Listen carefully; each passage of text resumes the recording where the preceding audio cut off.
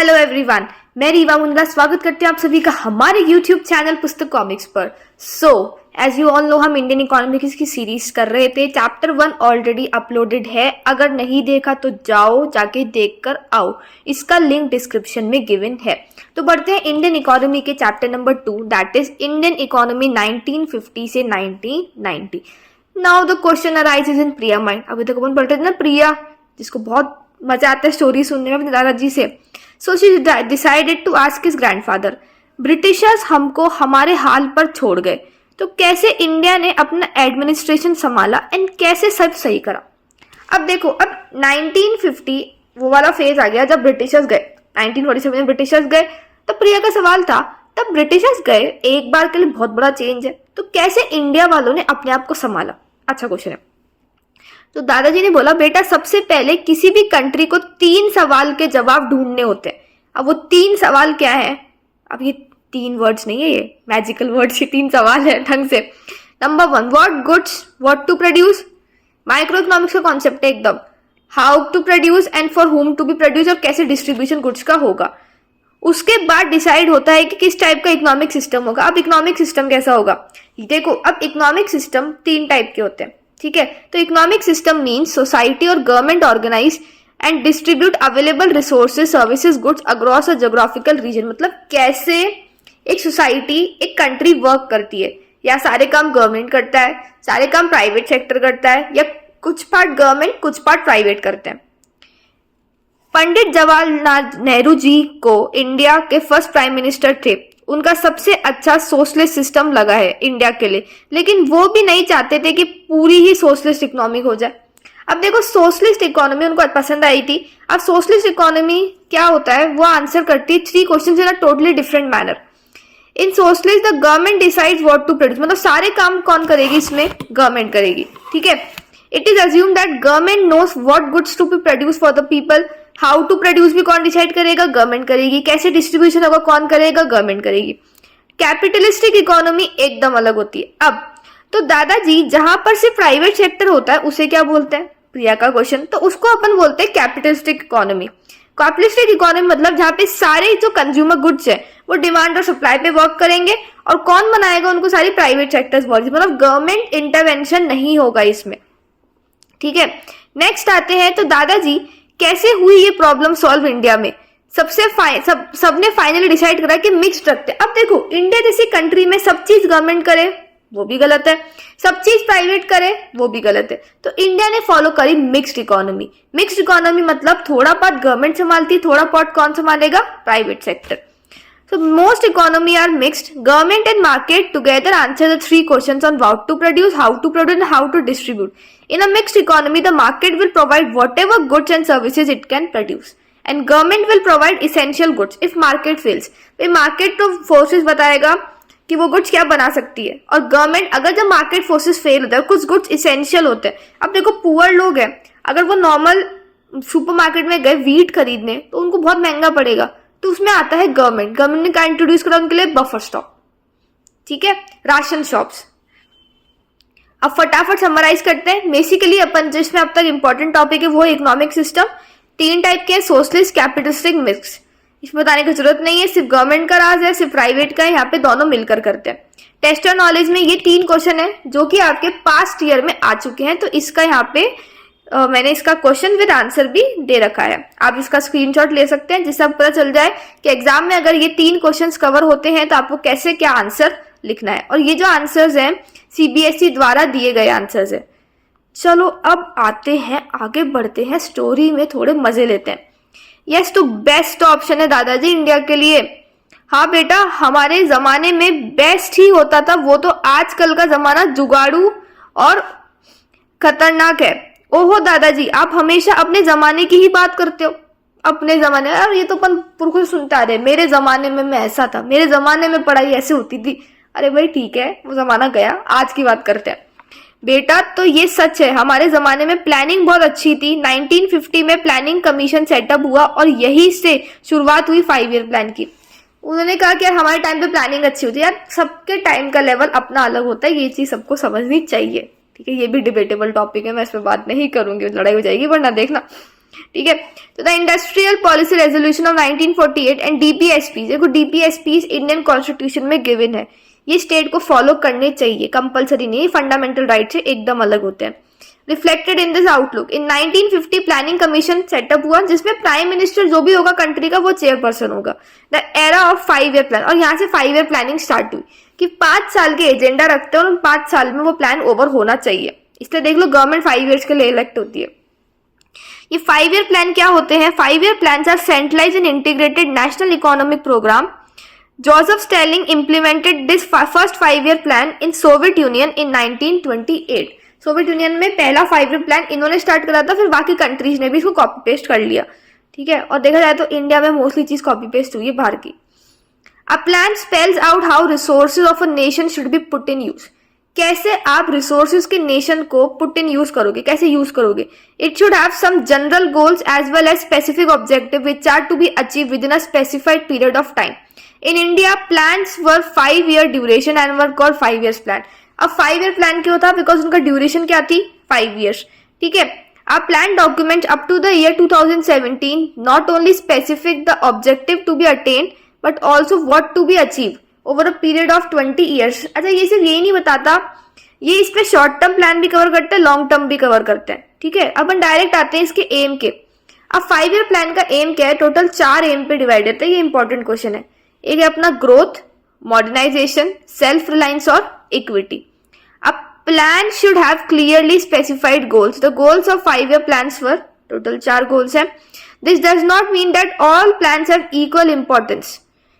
Due to limited resources a choice have to be made about which of the goal is to be given primary importance. देखो हर country के पास resources है, वो unlimited नहीं है, इसलिए ये जो 4 गोल्स हैं इस पे भी आपको चॉइस करनी पड़ती है कि किसको टॉप प्रायोरिटी देनी है उस 5 ईयर प्लान के दौरान।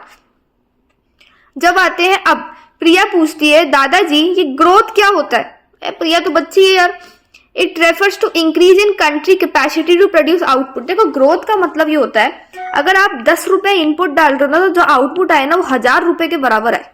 ऐसा काम करो, दिखेगी खर्च हुए 10 रुपए लेकिन खर्च एक्चुअल हुए 1 रुपए। काम हो तो ऐसा, चाहे कोई सा भी हो। तो ग्रोथ मतलब एक कंट्री का GDP, goods and services sector में बढ़ाना, ठीक है।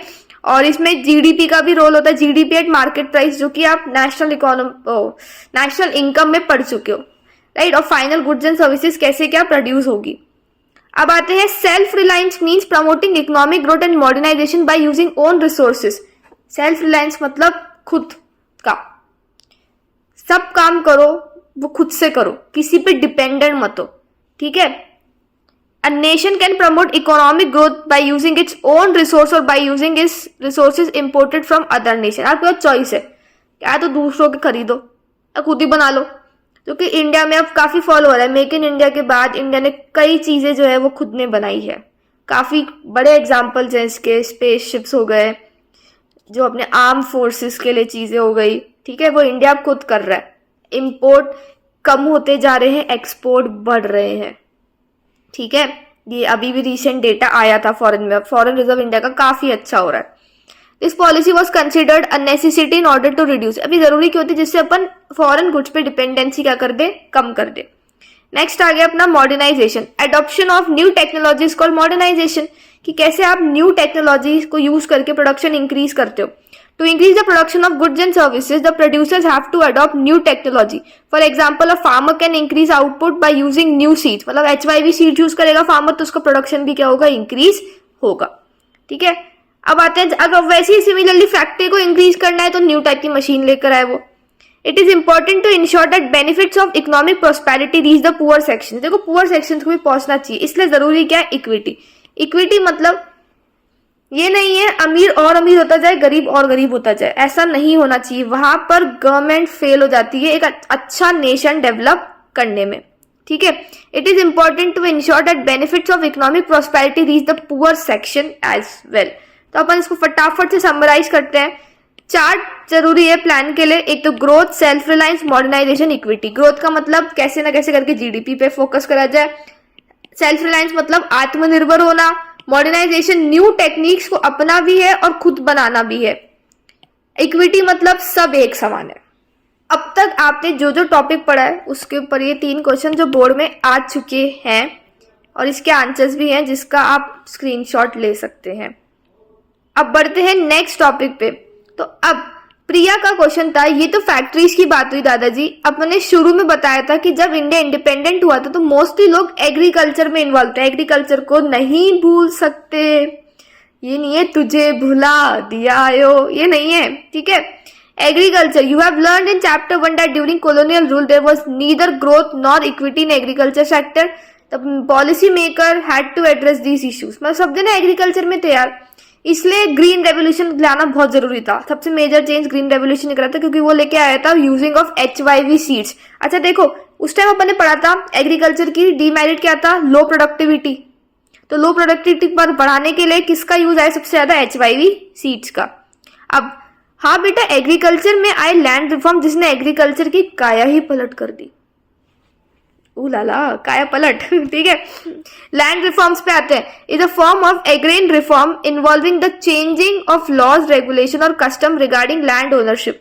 सबसे पहले तो लैंड ओनरशिप को चेंज करा। लैंड ओनरशिप पहले किसके पास होती थी, जमींदार के पास। अब एक्चुअली जिसके पास है उसके पास पहुंचेगी। नीड क्या थी इसकी, एक प्रॉपर सिस्टम लेकर आए। देखो जमींदार रेंट भी कलेक्ट करे, सब कुछ करे, एकदम टिलर्स ऑफ लैंड को एक्सप्लॉइट कर रहे थे। लो प्रोडक्टिविटी भी लो हो रही थी। क्यों, बिकॉज यार लोग जब तक उनको कुछ अपना भी चीज नहीं दिखेगी ना कि हाँ यार ये चीज मेरी है, एक सिक्योरिटी नहीं होगी ना, तब तक वो काम करना प्रेफर नहीं करेगी। याद करो BST में तुम लोगों ने मैस्लो की 5 नीड्स पढ़ी थी। सबसे बेसिक क्या थी अपनी, साइकोलॉजिकल नीड्स, रोटी कपड़ा मकान, ठीक है। उसके बाद क्या थी, सिक्योरिटी सेफ्टी नीड्स। तो इन लोगों को सिक्योरिटी नहीं थी। ये चीजें हर जगह काम आती। पढ़ाई जो है ना, देखो गाइस, ये हर जगह काम आएगी तुम्हारे। आज मैं BST का टॉपिक उठा के तुमको यहाँ समझा सकती हूँ, ठीक है। तो इन चीजों को कनेक्ट करो, इसको बोझ लेके मत पढ़ो। लैंड होल्डिंग साइज, अब देखो लैंड होल्डिंग साइज में क्या बोला था मैंने, ये लैंड था, जैसे जैसे जनरेशन बड़ी डिवाइड होता गया, इसको भी सही करना बहुत जरूरी था। बिकॉज ऐसे क्या होगा, आप लार्ज स्केल लार्ज लेवल नहीं सोच सकते, आपकी सोच क्या रह जाएगी, छोटी रह जाएगी। In land reform there were many types. अब देखो लैंड रिफॉर्म्स भी एक तरह से 4 तरीके से दे रखे हैं। सबसे पहले था अपना टीनेंसी रिफॉर्म। टीनेंसी रिफॉर्म में जो अपने टीनेंसी कॉन्ट्रैक्ट होते हैं, जैसे ओनरशिप से रिलेटेड और रेंट वाली चीज से रिलेटेड, वो आए थे। नेक्स्ट था अबॉलिश इंटरमीडिएट, जो बीच के लोग होते हैं ना उनको खत्म करो, जमींदारी सिस्टम ये सबको हटाओ, ठीक है। जमींदार का काम क्या था, रेंट कलेक्ट करना, इससे क्या था, बहुत लॉस हो रहा था, इसको बंद करा। Implement ceilings on land holding, इसका क्या था कि redistribution of surplus land to landless. जो लैंडलेस लोग हैं जिनके पास लैंड नहीं है खुद की, उनको लैंड डिस्ट्रीब्यूट करना। Finally we have acts which implement to allow consolidation of disparate land holdings. देखो कोशिश करी गई कि जो लैंड है ना, जैसे बड़ा था उसको कैसे ना कैसे करके जो छोटा छोटा उसको कंबाइन करा जाए। दो these reforms are in particular, the later were justified.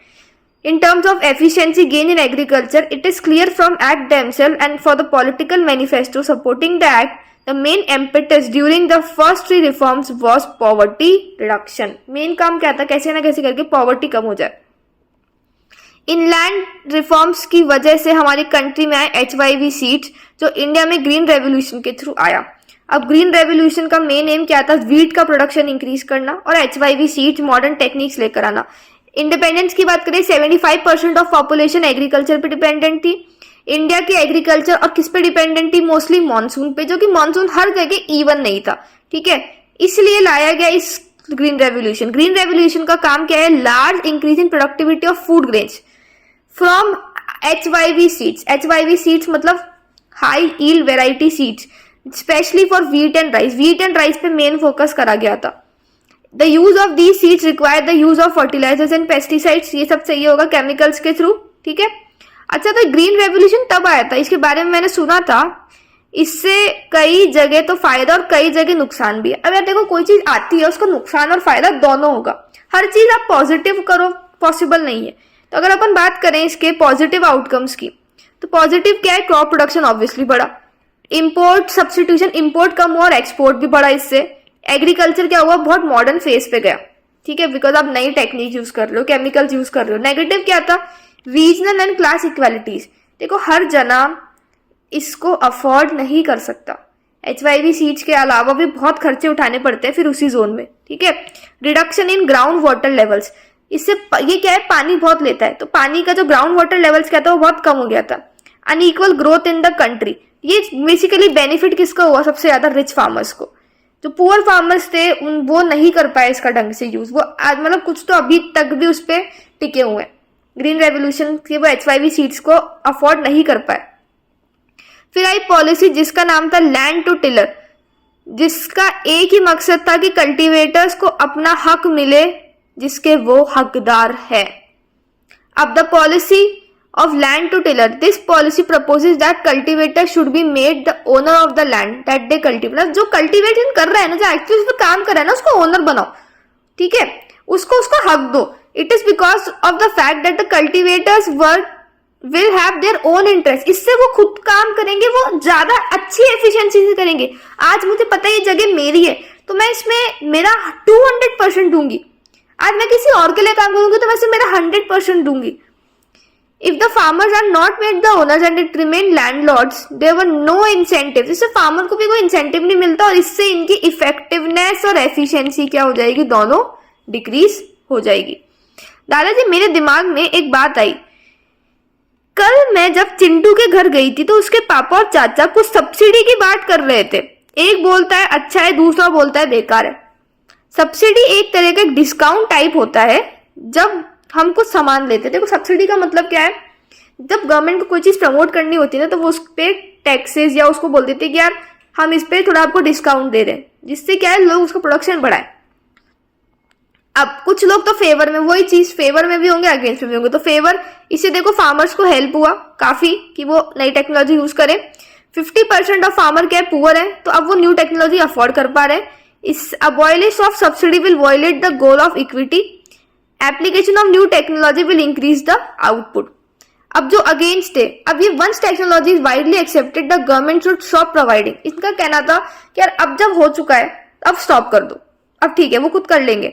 Subsidies are provided to benefit farmers but it has been observe that the fertiliser industry benefited more. मतलब इनका कहना है फर्टिलाइजर इंडस्ट्री को ज्यादा बेनिफिट हुआ as compare to farmers from prosperous region. अब वही चीज, रिच फार्मर्स को ज्यादा बेनिफिट था, पुअर को इतना नहीं हुआ।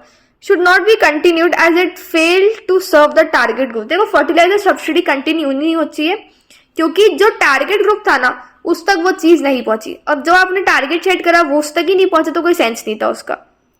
फटाफट से समराइजेशन करते अपने पढ़ा लैंड रिफॉर्म्स, नीड क्यों थी, एक अच्छा सिस्टम लेकर आना, लैंड होल्डिंग की प्रॉब्लम को सॉल्व करना, और सबसे इंपॉर्टेंट प्रोडक्टिविटी इंक्रीज करना।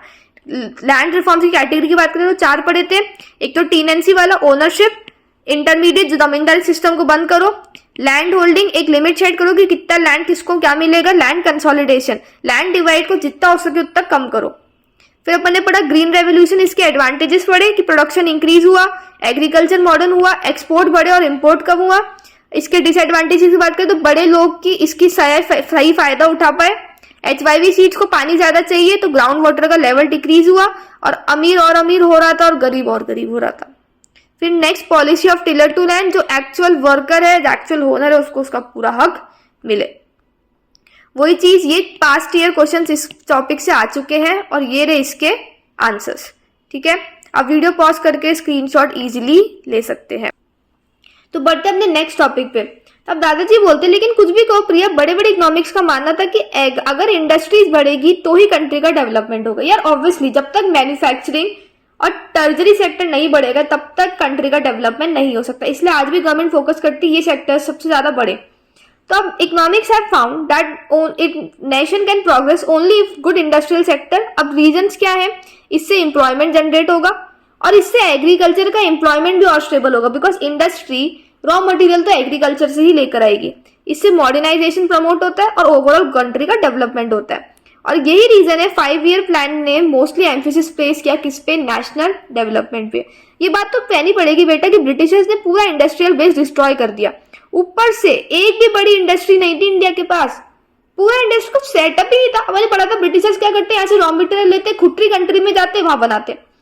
They were only 2 well managed, iron and steel, one in Jamshedpur and other in Kolkata। भाई टाटा की बस 2 ही चल रही थी, उसके अलावा कुछ नहीं था। At the time of Britishers, India वही ब्रिटिशर्स ने पूरा खराब कर दिया था। जो भी टेक्सटाइल जूट थे ये भी बिल्कुल बर्बाद हो चुके थे। सिर्फ आयरन एंड स्टील वाला ही था वो जो थोड़ी बहुत वेल मैनेज थी। So it was very necessary to develop and make industrial base very strong.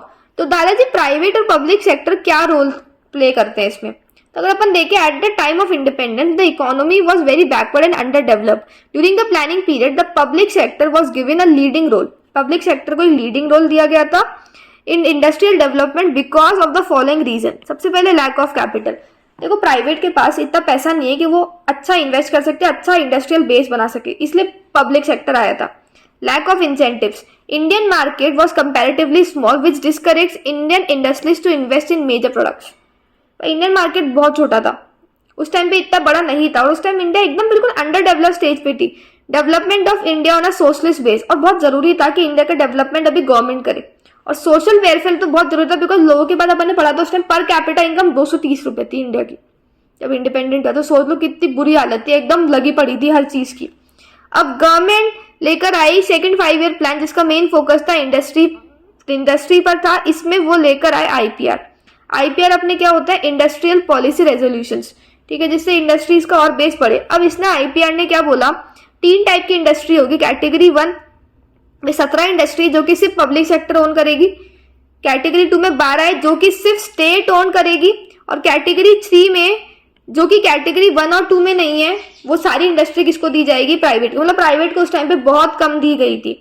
Private sector was regulated under IPR. Private sector इसके अंदर ही रेगुलेटेड था, और इसमें मेन फोकस क्या स्टेप्स लिए गए, लाइसेंस दिया गया, कंट्री में आपको काम करना है, और स्ट्रिक्ट लाइसेंस इंट्रोड्यूस कराया गया बिकॉज वरना दूसरे बाहर के लोग आके इंडिया को एक्सप्लॉइट कर देते। इंडस्ट्रियलाइजेशन प्रमोट करा गया बैकवर्ड रीजन्स में, और लाइसेंस अगर आपको कोई नई इंडस्ट्री बनानी है तो उसके लिए आपको लाइसेंस ऑब्टेन करना पड़ेगा। तो दादाजी इसका इम्पैक्ट अच्छा था या बुरा?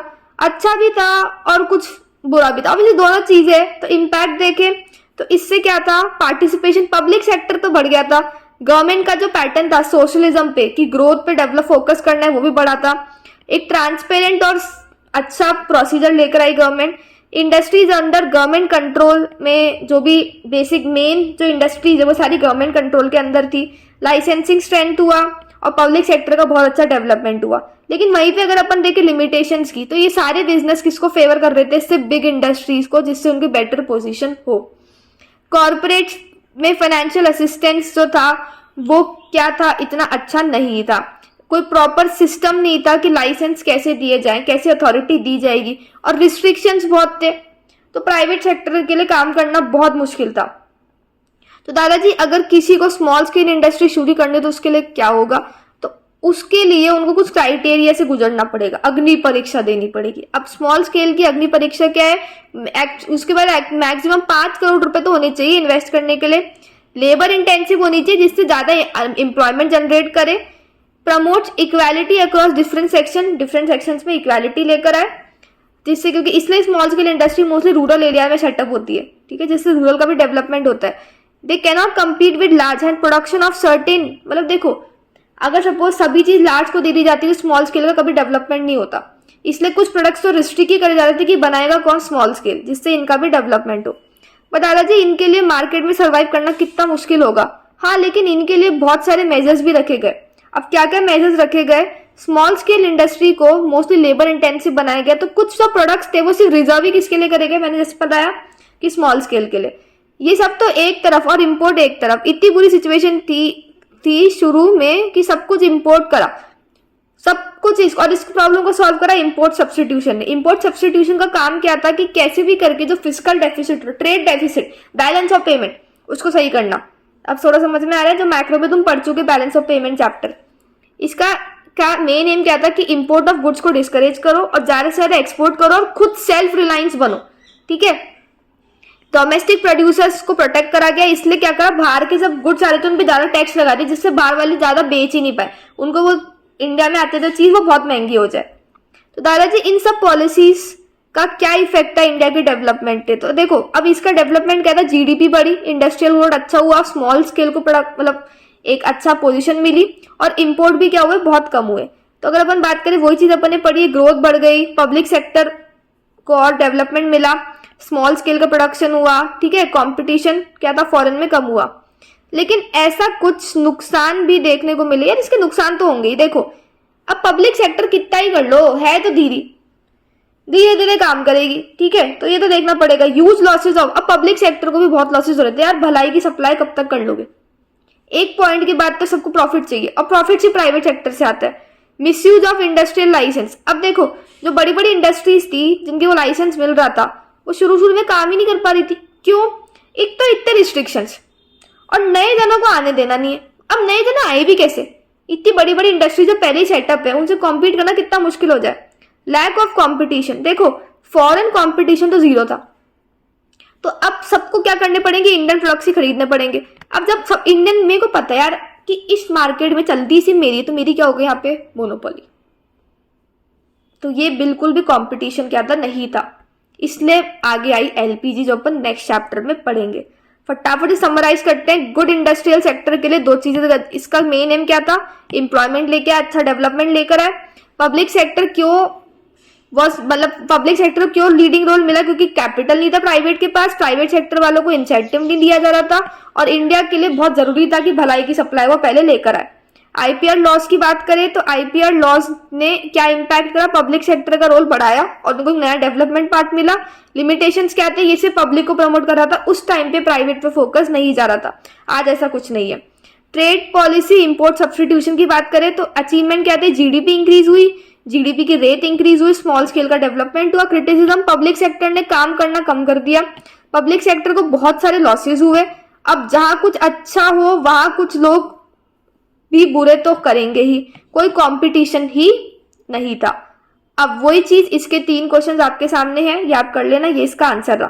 फटाफट से अपन वापस अपनी चैप्टर हेडलाइंस पर आते हैं। अपन ने सबसे पहले क्या पढ़ा? इकोनॉमिक सिस्टम, ठीक है। इकोनॉमिक सिस्टम 3 तरह के, सोशलिस्ट, कैपिटलिस्ट और मिक्स। फिर अपन ने स्मॉल स्केल के बारे में पढ़ा, उनको मैक्सिमम कितने चाहिए? 5 करोड़ रुपए चाहिए। पब्लिक सेक्टर का लीडिंग रोल क्यों था? कैपिटल कम था, इंसेंटिव कम था, डेवलपमेंट को इंडिया को अभी सोशल वेलफेयर पे लेके जाना था, ठीक है। नीड फॉर लैंड रिफॉर्म्स के क्यों नीड थे? बिकॉज लैंड रेवेन्यू सिस्टम को सही करना, प्रोडक्टिविटी एग्रीकल्चर की कम थी, लैंड होल्डिंग साइज को भी सही करना।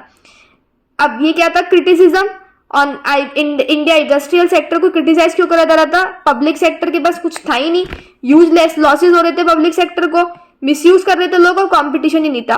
आईपीआर लॉस कब आए थे? 1956 में। एम्फेसिस इसको दिया था मेजरली पब्लिक सेक्टर को। ग्रीन रेवोल्यूशन का काम क्या था? कैसे भी करके प्रोडक्टिविटी, प्रोडक्शन बढ़ाना, specially in wheat and rice. फिर अपने पास ये आए थे इंपोर्ट सब्सटीट्यूशन, इंपोर्ट खत्म करना। पॉजिटिव आउटकम्स ग्रीन रेवोल्यूशन के क्या थे? क्रॉप प्रोडक्शन को बढ़े, इंपोर्ट सब्सटीट्यूशन कम हुआ, एक्सपोर्ट बढ़े, एग्रीकल्चर भी क्या हो? मॉडर्नाइज हो। नेगेटिव क्या थे इसके? क्लास इक्वालिटीज कम करना, ग्राउंड लेवल वाटर्स इससे खत्म होते जा रहे थे, अनइक्वल ग्रोथ हो रही थी कंट्री में। 5 ईयर प्लान के मेन एम क्या थे? ग्रोथ, मॉडर्नाइजेशन, इक्वालिटी और सेल्फ रिलायंस। लैंड रिफॉर्म्स पे 4 कैटेगरी पड़ी थी। एक तो टेनेंसी पड़ा था, abolish intermediaries, implement ceilings on land holding, allow consolidation, ठीक है। नेक्स्ट अपने ये आगे टिलर टू लैंड पॉलिसी आई थी। उसमें क्या था? जो एक्चुअल ओनर्स है, कल्टिवेटर्स है, उनको ओनर उनका हक मिले, और सब्सिडी में क्या था? इंसेंटिव जो गवर्नमेंट दे रहा था। ये पूरा आपका चैप्टर सिर्फ एक पेज पे। आई होप अब तक आपको चैप्टर 2 एकदम क्लियर हो चुका है, थोड़ी बहुत चीजें आपको लर्न होनी भी स्टार्ट हो चुकी है। वीडियो पसंद आया हो तो वीडियो को लाइक, शेयर और चैनल को सब्सक्राइब करना मत भूलना। Bye bye everyone, have a nice day.